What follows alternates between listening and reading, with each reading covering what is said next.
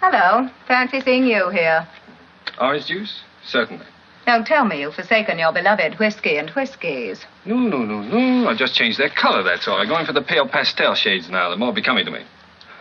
How about you, Mr. Connor? You drink, don't you? Alcohol, I mean. Oh, a little. A little?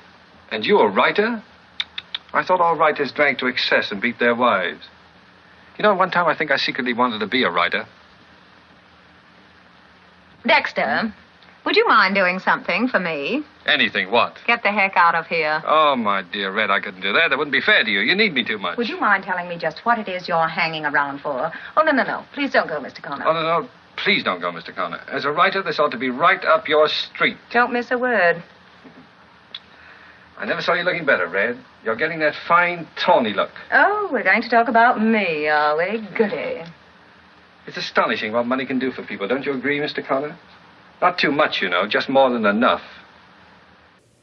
Hello and welcome to Book vs. Movie. This is a podcast where we read books that have been adapted into movies, and then we try to decide which we like better, the book or the movie. I am Margot P. of colonialbook.com, and this is my good friend and co-host, Margot D. of Brooklyn Fit Chick. Hi, everyone.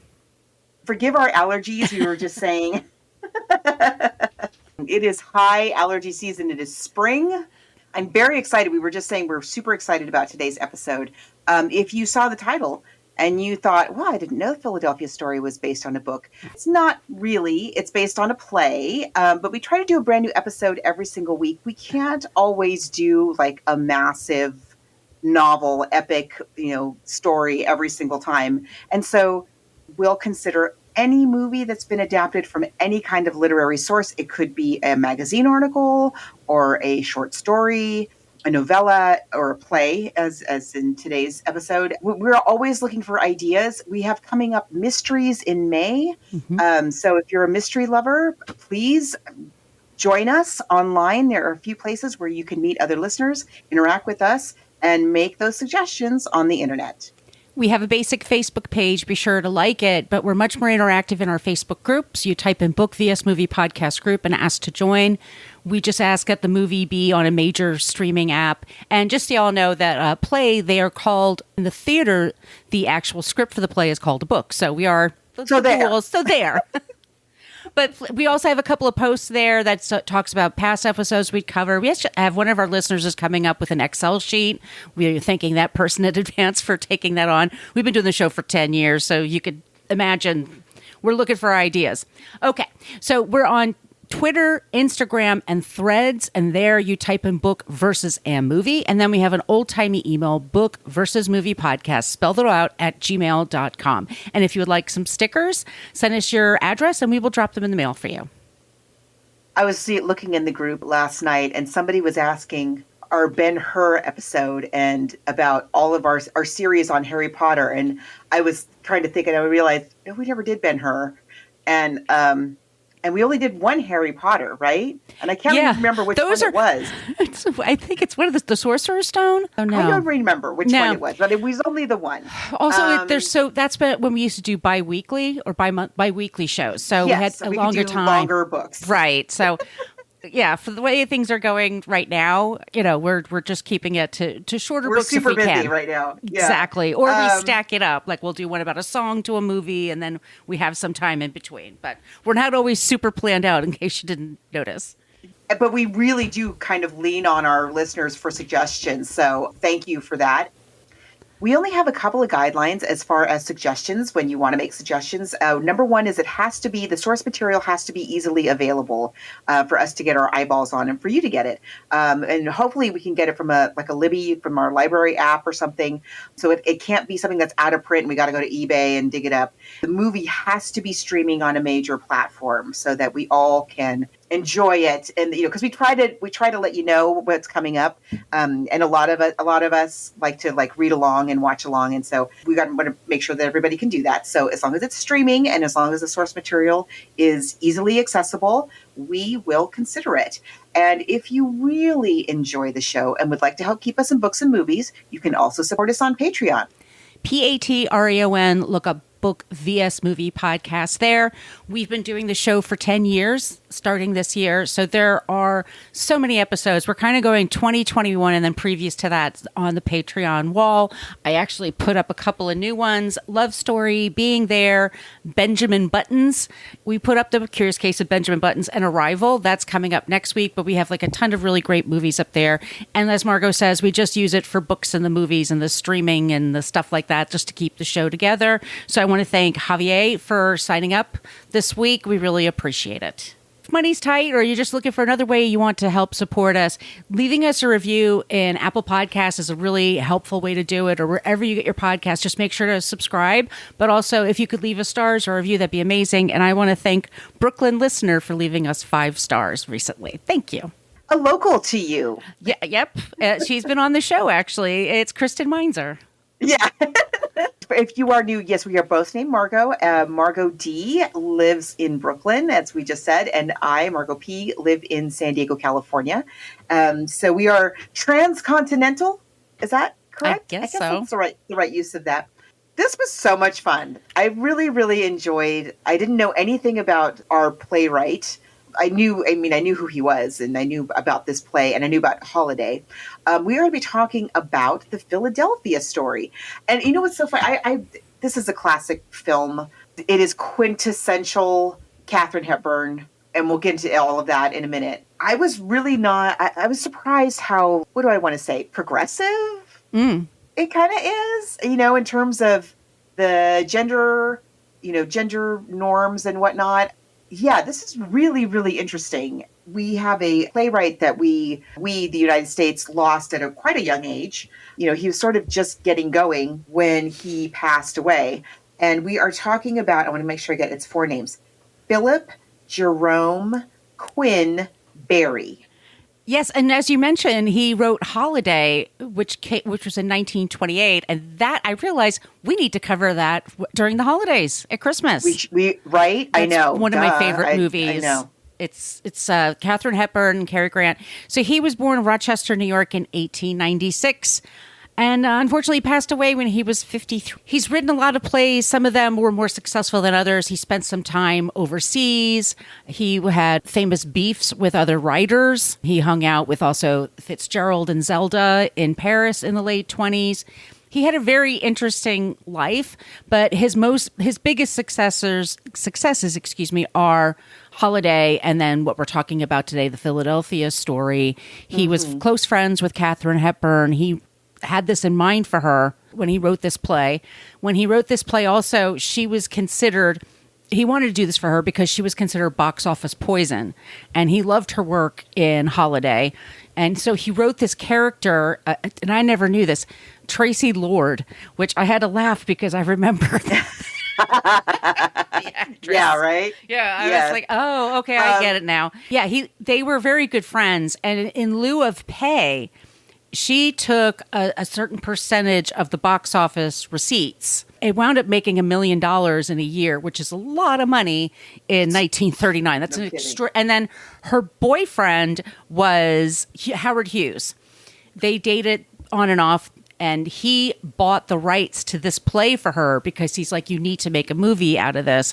And she stuck to her guns, and she went to MGM and said, I get to pick the director, I get to pick the screenwriter, and my co-stars, and that's that. Yeah. And as we said, she was labeled box office poison, and so is Marlene Dietrich, Joan Crawford. There's just like a certain time. And I don't understand. I don't get what that was. Like, was it just that their movies were flagging a little? I always think of Mommy Dearest, where she's in the rose garden, like box office poison. I was just pruning. I'm getting ready to plant my front yard in the rebuild. And so I bought all these roses. I'm putting a whole bunch of roses, and I was out there pruning them. They haven't been planted yet, but I still have to prune them and deadhead them and all that. And I was out there this morning like, box office poison. I'm not sure if any men are on that list. I mean, it would just be kind of. That's what I was wondering. The sexism. I only ever hear about the ladies about this list. We always hear the ladies on the list, and it was like, the 30s were rough for everybody. It's the Great Depression. We have the Hays Code, so that takes some of the fun out of movies. So there's all kinds of themes that are going on, and yes, there were some of them had just they were just not in films that did very well, but they were blamed for it. Anyway, she stars in this on Broadway. It's a huge hit. And so now we've brought it to the movie. And so basic idea of the story is very true to the film. It's just that there's a brother in the movie. His name is not Juniper, but it's Junius. And he's Sandy in the play. Like Alexander, yeah. Right. It's a few the main beats are the same. Similarly, this happens several times, and we've talked about a play that has been adapted into a film, like Bell, Book and Candle, and Children's Hour, where the play basically takes place on a single set, or a limited number of quote unquote locations when you're watching it on stage versus in the film. And sometimes when a play gets adapted into a movie, the filmmakers, because it is now a new medium, they go a little overboard, like giving you new locations and characters and themes and blah, blah, blah, songs.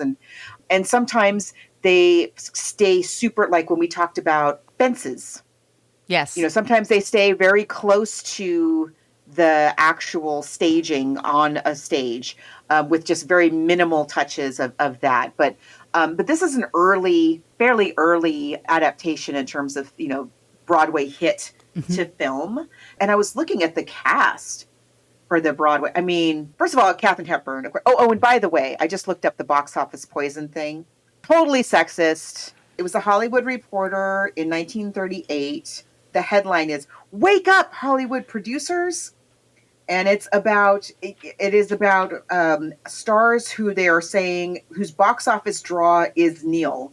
They want other stars who can really pull in, better box office. And the stars they recommend are Myrna Loy, Gary Cooper, and Sonja Henie. Just to put it in perspective for you, these are the women and it's only women. These are the women on the box office poison list. Oh no, I'm sorry. There's one man. There is Mae West.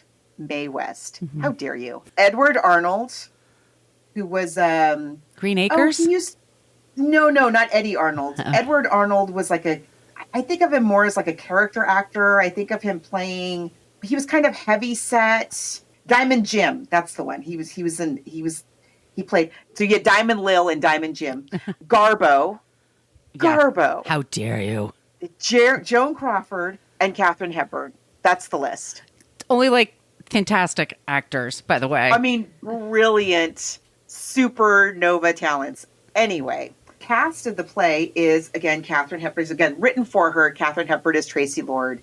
Takes advantage of every single strength of a young Katherine Hepburn is on display here. The men, George Kittredge, who is the man she's engaged to at the beginning of the play, spoiler alert, is played by a character actor named Frank Fenton Moran. Newspaper reporter, who's played by Jimmy Stewart in the film, is played by Van Heflin on the Broadway stage. Again, no slouch, very good looking. And then my favorite in the Cary Grant role is Joseph Cotton. I love Joseph Cotton so much. He's so underrated. Absolutely. And they must have had wonderful chemistry. I would have loved to have seen that. Yeah, it just takes place in one day. And, the way, also you have to think of what kind of technology was available at the time for theater. You and I have both been to plays where they move the set around and stuff like that, but that requires a lot of work. That's a later technology. Right. I mean, it would just, and if it breaks down, what do you do? So a lot of times classic storytelling is just, takes place one day or just in one setting and you move some things around. Yeah. Also, what was kind of he wrote about hoity-toity people, and this is during the Depression. Very fun. So some people were like, ooh, why are we writing about the Upper Merion folks in Philadelphia but it turns out a lot of people just wanted to go to the movies just to escape, for 10 cents, you could go in there and see Top Hat and things like that. Yeah. Right. And what I like, oh, sorry, go ahead. I was just going to say in 1939, there were some wonderful, amazing movies that we've talked about, several times in the past. So Hollywood is coming back and that these pictures are getting better, but this is also just before the war. So this is true. Just before Jimmy Stewart's going to be gone. And we should say that Cary Grant supposedly gave his salary for the war effort in Britain, for the recovery effort there. So there's so much going on here. There's a lot. And one of the things that I think is really cool about this, so I'm trying to think, we just recently talked about a piece where, oh, maybe it was The Women. I don't remember exactly what it was, but that we talked recently about a similar era and a similar thing where it's all hoity-toity people. You know, again, it's like the kind of voyeuristic guilty pleasure of watching their foibles. But what's different about the Philadelphia story is you do have that to a degree, but you also have this character of characters of the two reporters who are being sent. And the two reporters are sort of the stand-in for the audience. And they're the ones who are like, can you believe, look at these wedding gifts. Like, what is this? Who is this person? And, you know, she just clearly doesn't even love this guy. Like, it's clearly just he's marrying her for political gain and she's marrying him because she has to be married to somebody. And you know, it seems like a good social move. So they have really fun dialogue throughout. Interestingly, we open with a main character, devastatingly beautiful, charming, smart, who is divorced. A divorcee.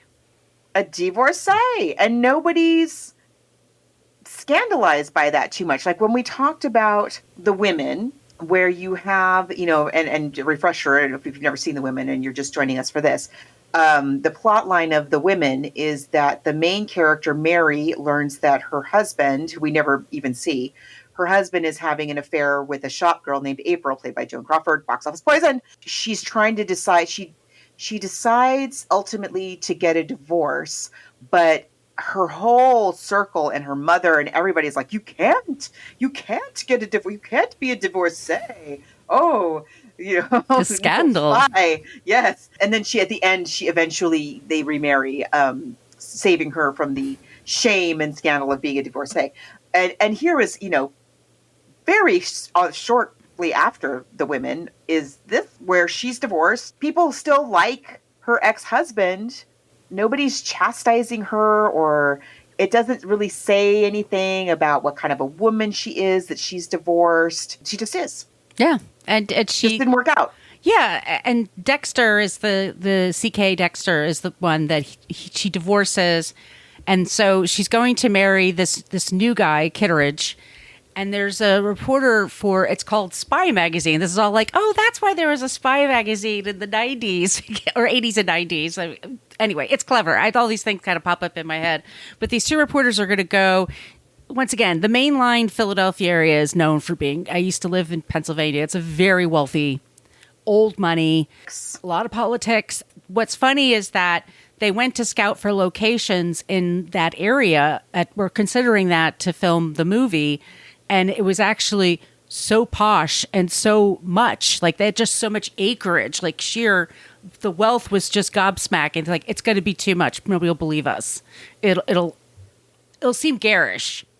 Yeah. And I mean, I commend them for that, because that's really true. It really would have seemed that way. I can't think of an example from the time of that where they went and shot, maybe like, I mean, this is a little bit later, I guess, but maybe like Citizen Kane, you know, where it is meant to be garish. Yeah. I was thinking of like the show Dallas, with this very ostentatious display of a home and a farm and all this land. Like, for 1940, people didn't have that much. They didn't have, their homes were much smaller. Everybody lived smaller. It just would have cost too much to heat, and nobody had air conditioning. So it was just like, it just was a different way to live. And so, and that's part of the fun of this too. That's like what the fun of the holiday is, that, well, we'll talk about that when we talk about holiday. But here, they're very wealthy, good-looking people. They have enough time to just sit around and have pate and champagne when they feel like it. There's a precocious girl named Diana, but everybody, her sister calls her Dinah. The dad is in New York, and he's having a fling with a showgirl. Tracy's really angry at him for that. She's getting married to this new guy. And then these two reporters are going to show up, and they're there to like take pictures and look at these ridiculous people. Look what they do with their money. They're not happier than you. They're just completely ridiculous. That's kind of the tone that they're going in with. They go in, they meet the family, play being the play. Everyone starts to fall in love with Tracy because Tracy's awesome. Tracy is funny and sharp beautiful, always knows what to do. Oh, but she's also, we've realized she's a lot of insecurity. She puts up a front because she doesn't want to get hurt. And that's a big, she sees her mother with her dad cheating on her, and she doesn't want that life. She wants, she wants real love and somebody who really loves her for her, not because she's got this bank account and this access to famous people. She's a little more earthy than that. Yeah. And this show, this play and movie has one of the great kid sister characters of all time. She's funny and smart, but she's never coy. It's never annoying. It's never like, oh, kids don't talk like that. It's like the Goodbye Girl, Quinn Cummings. Like that part could be so annoying, and she's not, because you could tell she's super smart and funny. And that's the same with this character. And because she also, like, she really liked Dexter, and she doesn't know why they broke up, but she respects her sister's choices. But yeah. Like all the women in the house, they just are kind of looking for someone to really love them and really respect them. And and it's very sweet. I mean, it's a nice message. It's great writing. It's very, very funny. I can see why people, I can't imagine watching Katherine Hepburn on stage what that must have felt like. In any of her famous stage performances, I know it must have been just electric. I'm sure. I just shake my head. She's so great in this role in this movie. It's her. It's all of her best things, all in one character. It's amazing. It's funny. It's fast. There's patter. There's physical stuff. She's the swimming and all this, and so the movie. She's had her little hands on everything to do with this film. Do we want to play is it time for the trailer? Yes. It's a little bit long, but it's a longer trailer. But we'll take a quick break, and then we will play the trailer.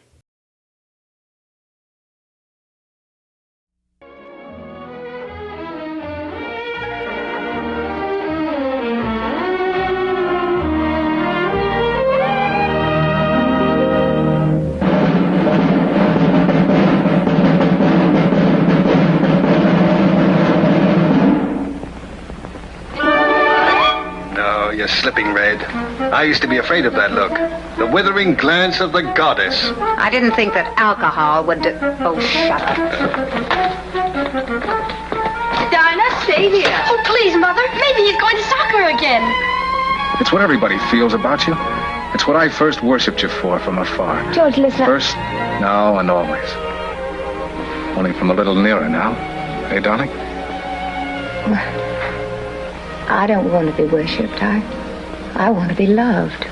Someday over the rainbow, way up high. What is this, Connor? Oh, easy, old man. She's not hurt? No. Not wounded, Saul, but dead.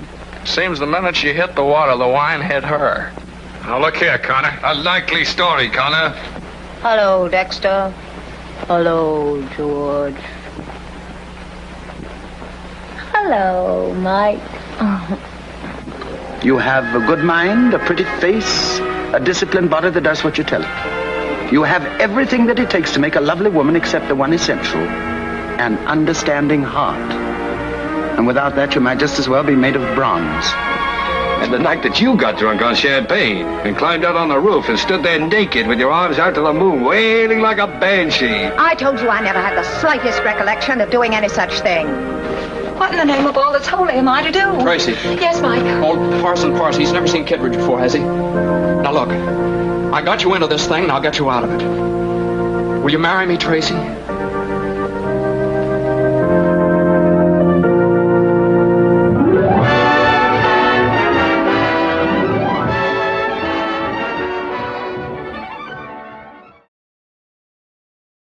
Our director is George Cukor, who was... Yeah, that's all. Just George Cukor.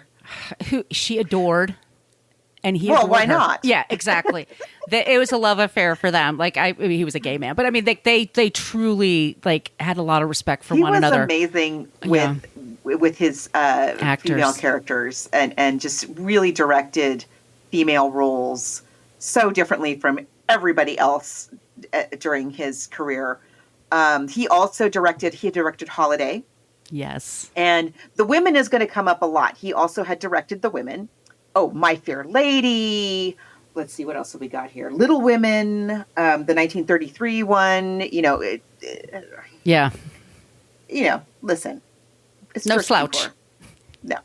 The screenwriter is Donald Ogden Stewart. I think he does a fantastic job because he truly makes it for the film. He takes the basic idea and a lot of the great lines in there, but you take out one character, you put in something else. Yeah. And it's and I can also say, I'm not sure, the cinematography is Joseph Ruddenberg. She looks so beautiful. She's she's lit glowing so well.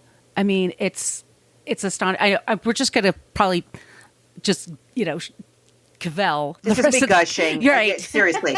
But we'll just keep going and talking about who else is involved in this. So, yes, Donald Ogden Stewart, he worked with Cukor quite a bit. Joseph Mankiewicz produced He's also it. one of those, I mean, these are heavy hitters here. Yeah. And then, of course, our cast. So we have Cary Grant, and I say this, Cary Grant is funnier than Jim Carrey by a country mile. Cary Grant can walk through a door and I'm cracking up. And Gary Cooper really wanted this part, and I was like, no, sir, you could not play this. Yeah, sorry.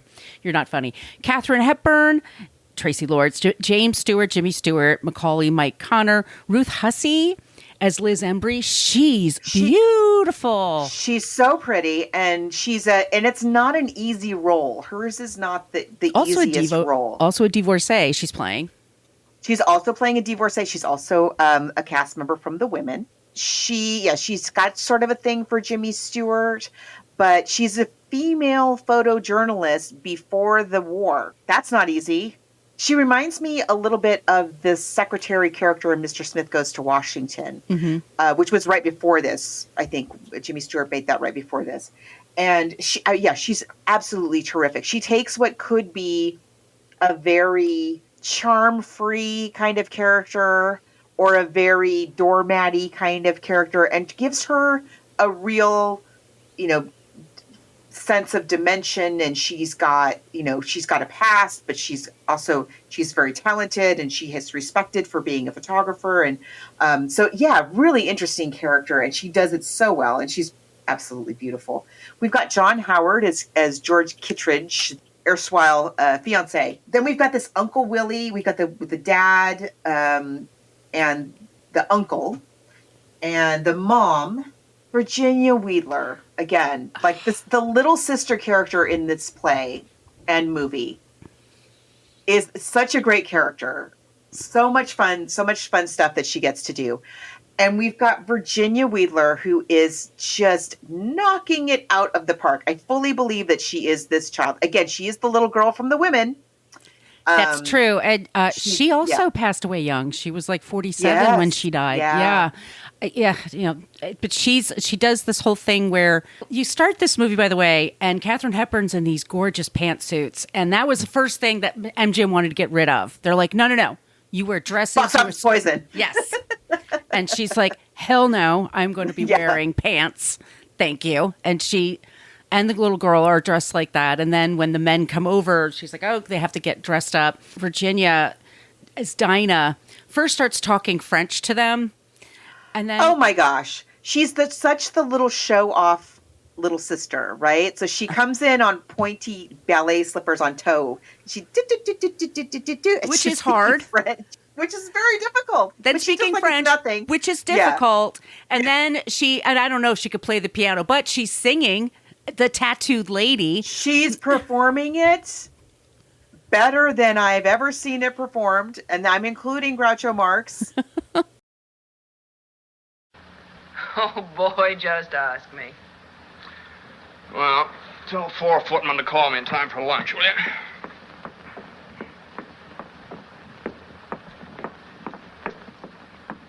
Ah, how do you do? Friends of my brother Junior saw you not. No, I am Dinah Lord. My real name is Diana, but my sister changed it. I'm Elizabeth Imbrie. This is Macaulay Connor. Oh, chantez de vous voir. Oh, chantez de faire votre connaissance. I spoke French before I spoke English. My early childhood was spent in Paris where my father worked in a bank. The house of Morgan. Really? C'est vrai, absolument. Can you play the piano? I can, and sing at the same time. Listen. Lydia, oh Lydia, say have you met Lydia? Oh Lydia, the dance lady. She has eyes that folks adore, so and the torso even more. So Lydia, What is this? Lydia, that encyclopedia. Idiot Lydia, the queen of tattoo. On her back is the Battle of Waterloo. Beside it, the wreck of the Hesperus too. And proudly above waves the red, white, and blue. You can learn a lot from Lydia. Ah, Denise, tu es un véritable petit Chopin. Who I also love, but Same. But this performance, it's so good. It is so good. So these women are, they're playing by the rules, but they're also kind of giving it a wink and a nod. Like they're still doing their own thing. They have their own way of looking at the world. Liz and Mike show up, and she now has to she's getting married to George. Cary Grant's coming around trying to figure out, is she really going to go through with this?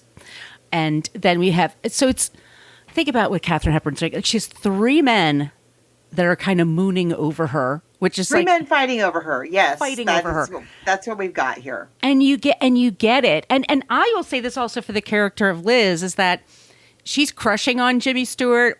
We don't know how far their relationship is. We kind of there's something there, but she also just doesn't get super jealous either. She's kind of like sanguine about things. Yeah, exactly. You kind of got to know when you're licked. Like that's that. But yeah, they have this really interesting repartee. There's Katherine Hepburn when she's diving into the pool, and that's not a stunt double. No, that's her. That's her. She's amazing. Just could do everything perfectly. And George is actually the erstwhile fiance. He's a nice guy. I mean, I think he really cares about her. I mean, and also it's advantageous for him to get married. Yeah, but he's not a skunk. Horrible person. No, but he's also not like. It's really interesting to me this play because, as we said, like unlike in The Women, where it's Mary is struggling with do I subject myself to the societal stigma of being a divorcee for the sake of my pride, because my husband, and they never ever like blame the husband ever in The Women, and everybody's talking to that character about whether or not she should subject herself to being a divorcee, because everybody knows that's bad. In this play, the mom and the daughter, and we have a mother, the main character has a mother and a daughter who are advising her, and they are supportive of her, but they also really like her ex-husband, and not because they think their sister has to be married and a woman has to be married, but because we liked him. Yeah. We kind of thought he was good for you. What was so bad about him anyway? You never told us. And it's so much, it's just such a different worldview than pretty much any other film that you would have had out at the time. But yeah, I mean, the fact that we have this amazing cast, the cast is just every little person, every character that they interact with that comes in and out. Yeah. The librarian. Librarian. Oh my God. Like you get the flips and say she does that all day long, shushing people. But she's like, how are we? She's like, it's like, yeah. So Mike is actually a writer. He wrote a book of short stories, but he's like, I can't make a living on this. We're like, yep, we get that. So that's why he's working in magazines. But she goes to the library to see, and I like it when Jimmy Stewart says to Cary Grant, you probably don't know where this is, but where's the library? He goes, oh, I know where it is. My family built it. He's kind of like, Oh, right. Okay. So anyway, so she realizes like, oh, he's a writer and he wants to do other things. And Jimmy Stewart says that Liz is a painter and she's really talented and he would, like for her to be able to do that. But he's explained to her, like some people, we have to make our choices because this is, you're very privileged without rubbing her face in it. So also her father, it's an interesting dynamic. Like she's mad at him for cheating and he kind of says to her, you want people to worship you. You want people to see you as a goddess, as a whatever. He goes, but you're a human being.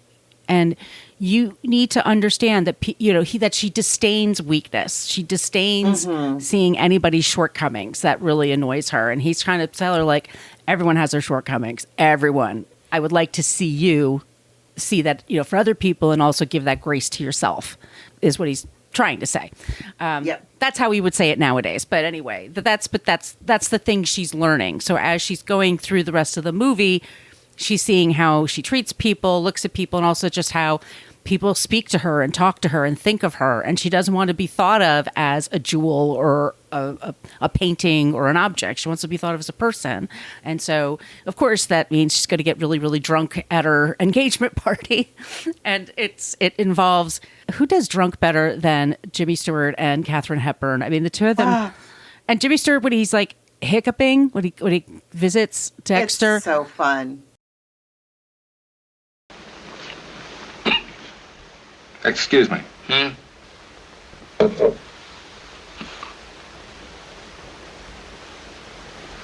What's this? What's it, my book? Yes. Seek ye Dexter Haven, you have unsuspected depth. Oh, thanks, old chap. But have you read it? Well, I was trying to stop drinking. I read anything. And did you stop drinking? Yes. Your book didn't do it, though. Are you still in love with her? Or perhaps you consider that a very personal question. Not at all. Liz thinks you are. Liz thinks you are. But of course women like to romanticize about things. Yes, they do, don't they? Yes, they do, don't they? I don't know. I can't understand how you can have been married to her and still know so little about her. Can't you? No, I can't you. I have the hiccups. I wonder if I might have another drink. Certainly. Thank you.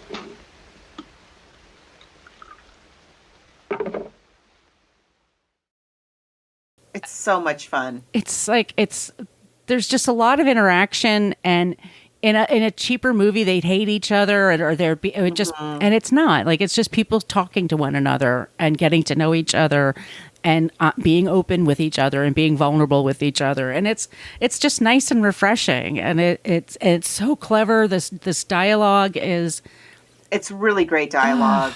Put this, something about the pacing of it is very unusual too. There are moments where things are happening super fast. The dad shows up, this happens, that happens. We're going to act like the uncle's the dad and the dad's the uncle for some reason, and then it'll slow way down. Katherine Hepburn and Jimmy Stewart are getting the champagne, and they're pouring the champagne, and they're drinking the champagne, and they're starting to feel the effects of the champagne, and now they're really starting to feel, and so we have these moments where we get to slow down and just hang with these characters for a bit. And it's so much fun. And then it'll pick up again, and then it'll slow down. It's constantly, the pace is very fluid, I would say, in a way that makes it feel super fresh and fun. I was telling Margot, I was babysitting my niece and nephew last night, and I'm not a late night person. I'm in pajamas, if not in bed by like 9. This was a very late night. Yeah, I got home at like almost 2 a.m. last night. And so I had to stay awake because I had to drive home. And so I put the movie on, and darned if it didn't keep me totally engaged, super past my bedtime. And I was just watching, and I was enjoying, going back and like watching the way that they did this blocking in this scene, and and there's a lot of, we didn't even talk about all the physical stuff. The comedy. The physical comedy of Jimmy Stewart, Cary Grant, and Katherine Hepburn, let alone, the little sister and the mom and the uncle who drinks, and he's an alcoholic. He's a pincher. Oh, Lord. Oh, yeah, pincher. That's right. He's a pincher. It's like, okay, 1940. We should warn you, there are some very, very, we don't do those things today. We're Right. not going to say those things today. We're not going to use certain terms today. I had to stop for a second for that one moment, and I was like, she did not just say that. And She did. Yeah, she did. And there's a couple moments where you're like, oh, yeah, we're not going to casually drop that into conversation anymore. But for the most part, I'm sure like today when they stage it, like, oh, that gets cut. They're just delightful characters. It's so much fun on so many. And I think, like you mentioned, the choices that were made with the art direction and the set, like just enough to suggest, first of all, that it's a very lavish home. Two, that it's a lavish home that they've lived in forever and ever and ever. To them, it's no big deal that it's a big lavish home. And grounds, they just enough to suggest that it's a vast estate without really making it, the opening of Citizen Kane, like I said before. But it's great. I mean, really, it's thing we know about Katherine Hepburn is that she had a very high personal standard, that she expected everybody to rise to meet or get off the pot, if and you will. she's not wrong. And she's not wrong. And so, this is everything is to that standard in this production. Absolutely every angle, every light, certainly every performance, every costume. I totally believe that they're sisters, her and her little sister, and I totally believe the mother-daughter relationship. The whole thing, like the first scene, the opening scene, which is the end, the end of her marriage with Cary Grant. Do they even say anything? I'm not even sure there's any dialogue. She doesn't say anything. No, it's pretty famous. You'll see this on in GIFs, but she cracks a golf club and throws it at him. He's leaving the house, and then he doesn't hit her, but he shoves her into her house. Once again, that's something played for laughs, so that's just the way it was. But then all of a sudden, boom! 2 years later, look at the house, and she has all of these gifts. But the way that they, again, it's a very physical scene, and the way that they perform it physically, but also like just the way they're looking at each other, you get their whole history in this super, super brief little vignette prologue without knowing anything about them or their names or anything. And it's all there just in their physical performances without a single word being exchanged between the two of them. It's so good. Did you see, you have BritBox, don't you? Yeah. Did you see the Cary Grant series? I still have not seen the Cary Grant series. I have to buckle myself down and watch the Cary Grant series. It's interesting. It's good. It's kind of a bummer because he was not so great to Diane Cannon. Yeah, that's the thing. I know would be coming, and I'd be like, oh, but she's so lovely. But she is. But it's his daughter Jennifer's the one who produced it, so it is with her permission. But yeah, he's like one of those, like when I got the Criterion Channel and then with TCM, like if they have a Cary Grant marathon, I'm like totally in. I just think he's so charming, and as I said, I think he's funnier than Jim Carrey. He does a double take funny. Better than anybody. Yeah. Well, we were just talking about we recently watched as a family North by Northwest. And even in the midst of the scariest parts of that movie, because it gets really intense, he's still making you laugh. He's still funny. Oh, he's so good. And to keep up with him, who do you have? And it's like Katherine Hepburn. And then who do you have to be the other guy? And it's Jimmy Stewart. Well, who doesn't want to make out with Jimmy Stewart? He's so adorable. And so it's great. It's fun. It's romantic. It has a lot to say, and it's also just it's escapism too. I mean, yeah, love. I mean, and in terms of this is a weird one because I feel like first of all, neither of us have ever seen it on stage. We certainly would never have seen it on stage with Katherine Hepburn. It's written for her, so you can't really say this is better than that. I feel when even reading the script, it's not like, oh, they had this great character and they cast her in. This was developed specifically for her.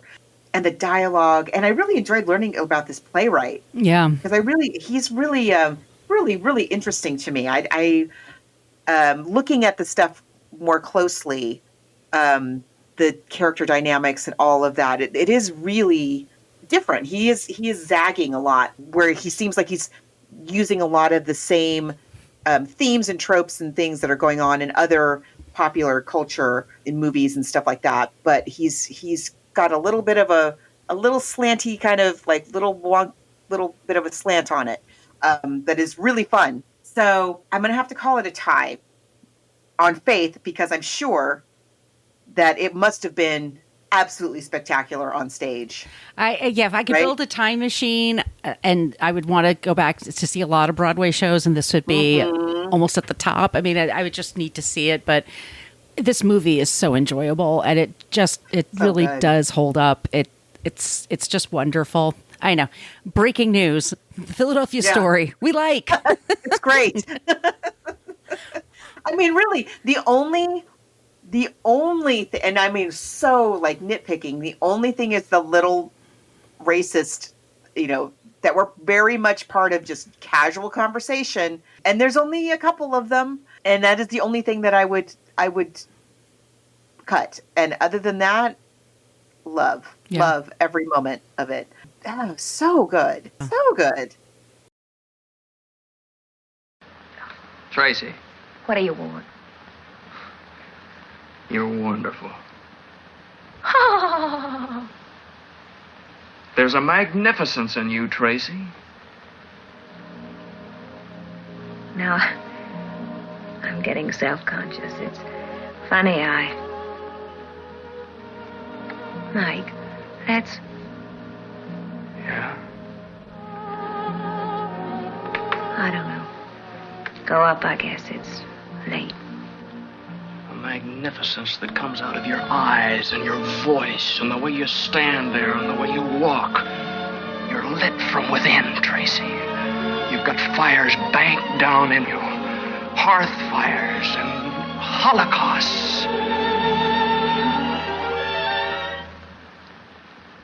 I don't seem to you made of bronze. No, you're made out of flesh and blood. That's the blank, unholy surprise of it. Oh, you're the golden girl, Tracy. Full of life and warmth and delight. Oh, what goes on? You got tears in your eyes. Shut up. Oh, Mike, keep talking, talk, will you?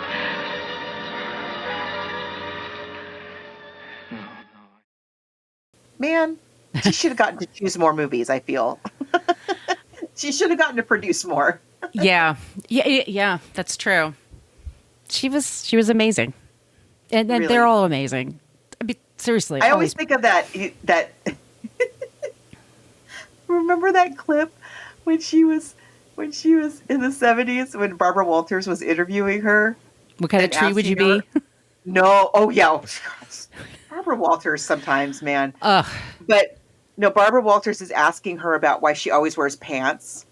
And she was like, it's a stupid question. She asked a lot of stupid questions. Sorry, but she did. And Katherine Hepburn was very patient about it. And I just think she said like, oh, I like pants. And then Barbara Walters like doesn't get the hint and presses further. Like, would you ever wear a skirt? Would you, Katherine Hepburn? I'm going to use my airtime to ask you if you'd ever wear a skirt. And Katherine Hepburn says, well, I have one. I'll wear it to your funeral. Yeah. Come on. Barbara she loved to ask other famous women really tough questions, but not men. Seriously. Really. There's For real. On my other show, we were talking about Desperate Housewives, and Marcia Cross, the first season she was on the show, you hear this, Margos, she was 40 years old and unmarried. And they were like, well, what's going on there? And she actually, after Melrose Place, she went to college. She went to Antioch College. She got her master's in psychology. She was becoming a psychologist, and then she gets this part. So The View is on, the cast is on The View, and Barbara Walters looks at her live television. She goes, I hear there's a lot of talk about your love life or lack of love life. What's going on there? Marcia Cross says, I know people have rumors. She goes, I'm not gay. I'm just but I'm okay with it. Like, I'm a total ally.